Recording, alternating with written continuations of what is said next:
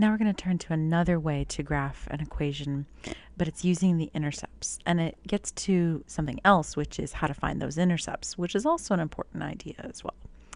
So if you didn't notice, let's look back up here. You can see that the y-intercept is right here, 0, 3. And that 0 part's the important part. That's what I'm trying to get you to see. That when you're sitting on the y-axis, when your graph intersects the y-axis, that point, you haven't gone left or right, right? You've just gone up 3. So your x value has to be 0. Okay, so when you look here, this is actually the first one, or excuse me, the second one. To find the y-coordinate of the y-intercept, you substitute 0 in for x, and you solve for y, right? Because the y-intercept is going to have x be 0. By the same token, the x-intercept is going to have y be 0, right? So I know I had to make it switch change, but it's because I had to get this from another program. So there you go, right? 0 for y, solve for x. 0 for x, solve for y. All right?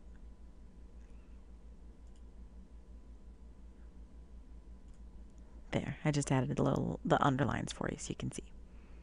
All right, so we're going to use that fact to find the intercepts of this. Now, the cool thing about this is that you don't have to bother with y equals mx plus b.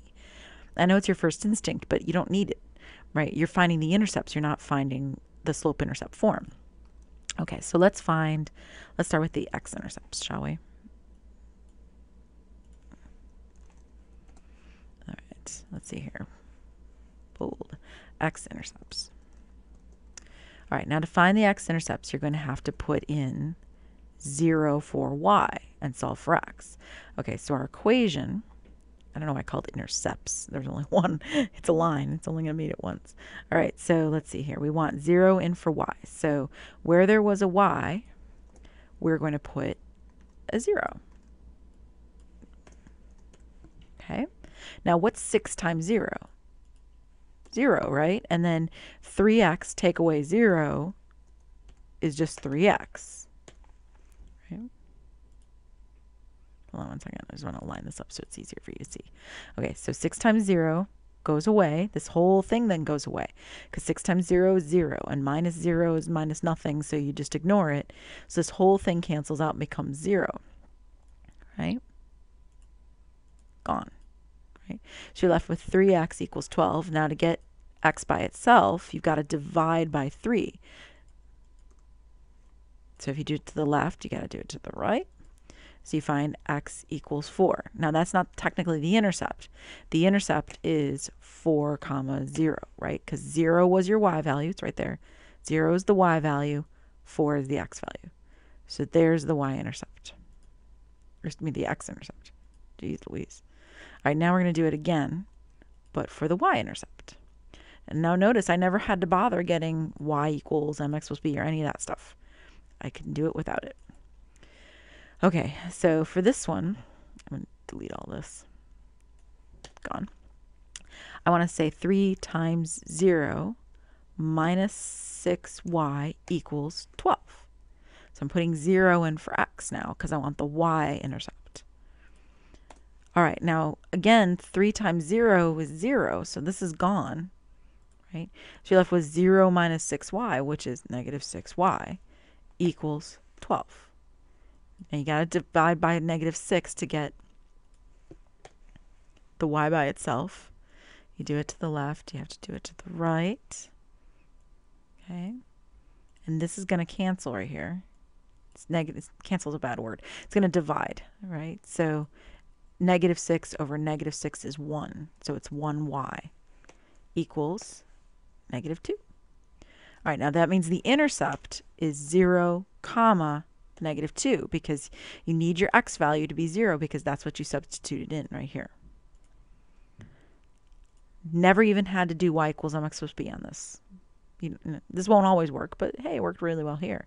So that gives us how we can graph this. So let me pull up my graphing program here. Turn off these ones. These are old. And then copy. Okay, so hold on. I got to delete this. All right, we said we had a x-intercept of, what was it? I've already forgotten. 4, 0. So 4, 0. So 4, 0. and 0, -2. Let me turn those on. Oh, you probably can't see them because they're green. Let me make them black. There you go. There it is. 0, -2. There's your y-intercept. 4, 0. There's your x-intercept. So you can connect those two dots with a line. That's all you need in order to make the equation of a line. I, on the other hand, am working the computer program here, so give me a second. There we go. So there we got our line. Now remember, you want to put little arrows on either end because it technically extends past where we have it extending to, but I can't do that in my computer program that I'm drawing. Okay. So you put your two dots down that you found, 4, 0, 0, -2, they go right there, and you just draw a line with them with a ruler. All right, now what about this one? Let's find the y and the x-intercept for this equation.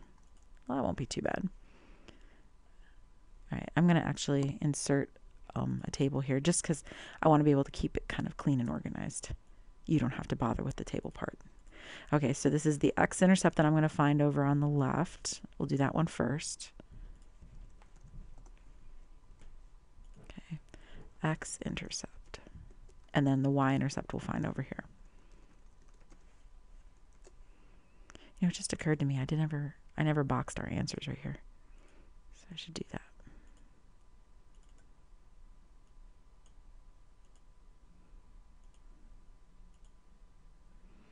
Cool.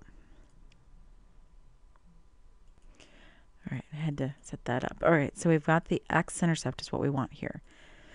Well, the x-intercept is going to be when y is equal to 0. So instead of writing y equals 2.46 blah blah blah, we're going to say 0 equals 2.46 blah blah. And then you have to solve this for x. So you want to add 17.51 to both sides, right? Because you need to get that out of there. Oops, if I could do this. There we go, plus 17.51 over here, plus 17.51. Now these two are going to end up canceling, right? Reason being, canceling again. I keep using that word, but it's really not a good word. It's what you're doing is you're subtracting one from the other and you end up with 0, right? Okay, then over here, 0 plus 17.51 is just 17.51. All right, now to get x by itself, you've got to divide by 2.46.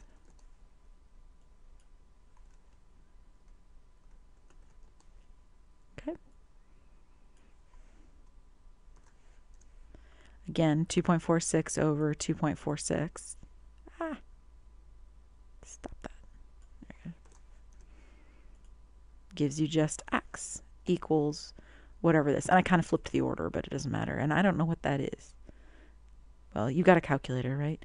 So use your calculator. You'll find that it's approximately 7.12. At least that's what my handwriting says, but I can find it. Equals 17.51 divided by 2.46. There you go. So yeah, 7.12. Did it give us an oh, 2 decimal places? Okay, so 7.12. Okay, so that means the intercept is 7.12 because that's your x value. Remember, x goes first. 0. That's your intercept.